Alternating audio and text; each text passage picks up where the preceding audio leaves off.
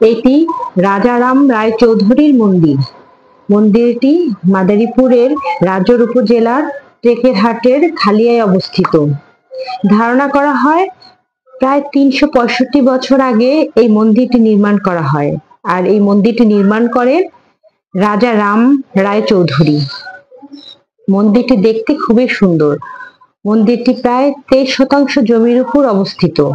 ২০ foot দৈর্ঘ্য, ১৬ foot প্রস্থ ও ৪৭ foot উচ্চতার মন্দিরটি দেখতে অনেকটা চৌচালা ঘরের মতো। এছাড়াও মন্দিরের দেয়াল জুড়ে রয়েছে রামায়ণ ও মহাভারতের বিভিন্ন দৃশ্যাবলী। এছাড়াও আছে দেবদেবী, পশু পাখি ও লতাপাতার অসংখ্য চিত্র। মন্দিরটি দেখতে খালিয়ায় দর্শনার্থী এখনো অনেক ভিড় করে।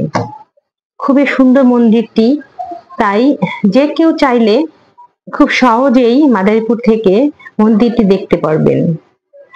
এবং শীতকালে এই মন্দিরটি দেখতে বেশি মানুষ আসে, তাই আপনারা সপরিবারে যেতে পারেন এই মন্দিরটি দেখতে।